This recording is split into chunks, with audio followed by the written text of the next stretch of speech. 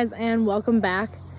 So a lot has happened since our last video, but essentially recovery for Tim has not been going the way we anticipated. His pain levels have possibly even increased. It's not a surgical case at this point. We've met with the surgeon. There's no surgical intervention at this point that would help. He's got to start physical therapy, and we see how it goes from there. So with that being said, we had to make a lot of decisions about how we wanted things to go as we're heading into winter. So the idea that we were going to harvest all our own firewood for this winter obviously went out the window. Butchering the pigs ourselves also went out the window. It's just one of those things where it's not how we pictured it going, but sometimes you got to kind of roll with the punches and just kind of deal with the hand that you're dealt. And so we made the decision to get the pigs butchered off the homestead, and thankfully God is good, and I was able to get us an appointment today. So our appointment is today, which is September 12th, and I made the appointment 2 weeks ago, which is nothing short of a miracle because butchers fill up sometimes a year in advance around here. So it was just perfectly lined up where this processor had a slot for 2 hogs, and we jumped on it. So we really wanted to do this ourselves, but it's just not in the cards this year. So we're gonna get these 2 pigs loaded into a trailer, and I fully suspect it to go terribly because the term pig-headed, there's a reason for that. They are some of the smartest but most stubborn animals, and if a pig doesn't want to go somewhere, it's not going to go. It's going to be me and our neighbor doing most of the grunt work. Tim is just kind of going to be there to watch over everything and make sure that, we're safe and that we're executing everything according to plan, or at least trying to, because it's too dangerous for him to be in the pig pen at this point. It rained all day and all night yesterday, so it's just nothing but standing water and solid thick mud. So it should be a really good time. Let's do this. Okay, so we got the idea for this from an episode of Homestead Rescue. 1 person in the front, 1 person in the back. You go over the top of the pig. There's a door here that latches in the front. The pig has nowhere to go, and you just walk him right into the trailer. It's pouring rain, and we are trying to load these hogs into this trailer. So far, we've had 1 failed attempt. We didn't expect it, but Rosie managed to jump through this hole. Jumped pretty high, actually, higher than we thought she could jump, and got out and went back in the pen. It was going really well up until that point. So now we're on to plan B. Plan B is making a chute into the trailer. Okay, so plan B didn't work.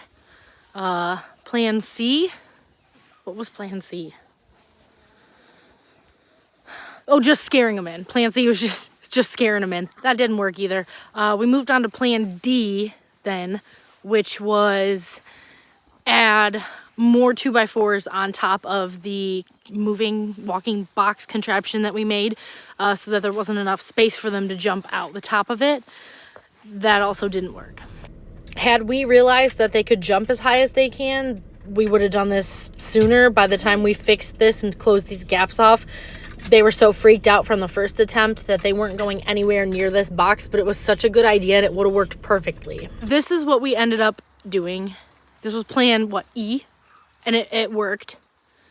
So we put T-posts in the ground and ran just a roll of fencing through it and kind of made it smaller and smaller until there was nowhere for them to go but into the trailer. It took an hour and a half to work through all those plans. But I mean, it was chaos. Don't get me wrong. It was chaotic and scary at some points, because nothing brings you closer to God than having a 250-pound animal charging at you in 3 inches of mud. But we did it. We did it. We got them onto the trailer. And we have to have them to the butcher by 4 o'clock. So we got a couple hours that they're gonna hang out in here. Hard part's over. So today is Tuesday, September 12th. We pick the meat up Saturday, September 16th. When we pick the meat up and bring it home, we will see how much they weighed, and we will see what the meat looks like, and I can't wait. All right, so it is the next day. Yesterday afternoon and evening got really chaotic. Went to pick our oldest up from school, came home. Right from there, we jumped in the truck, took the pigs to the butcher, filled out all the paperwork, unloaded them, came home, washed the trailer out, and returned it to its owners. There is another homestead probably about 5 minutes from us that graciously loaned us their trailer. Not only that, but then wouldn't accept any kind of payment for it or anything, because they said that's just what homesteaders do. We help each other out, and that's 100% right. And so we washed the trailer out, returned it to them, got home, did the homework, dinner, all that stuff. And I've done a little bit of reflecting. We had every intention of butchering these pigs ourselves. It was a goal that we really wanted to achieve, and that's not the way it happened, but we still went out and we did the thing. We raised pigs from piglets up to the dinner table, and we are praying that there will come a time when butchering them ourselves is on the table, when it is something that's attainable for us. All of that kind of rides on the back of Tim's recovery and how things pan out that way. The recovery, it's not going the way we planned either, but sometimes that's just life, is adapting and rolling with the punches and the hand that you're dealt. So that's what we're focused on now. Our biggest priority is getting everything back on track, getting Tim back on track. We probably won't do pigs again next year, just because we're gonna have so much meat from them that we don't really see a need to do them again next year. We'll probably do them the following year.